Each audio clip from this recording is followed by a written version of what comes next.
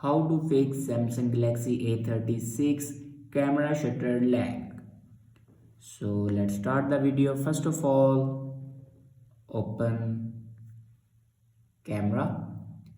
On top left corner you can see the setting icon. Now click on the setting icon and then scroll down and click on reset settings. Now click on reset. After reset the camera settings, then go back to your home screen and open settings.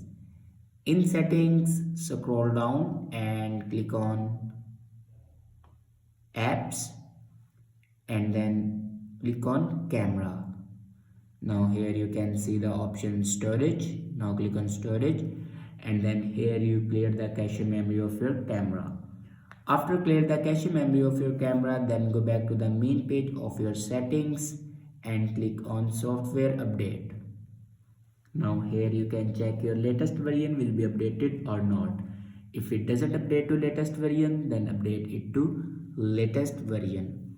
After updating a latest version, then go back and click on general management and then click on reset. Now scroll down and click on factory data reset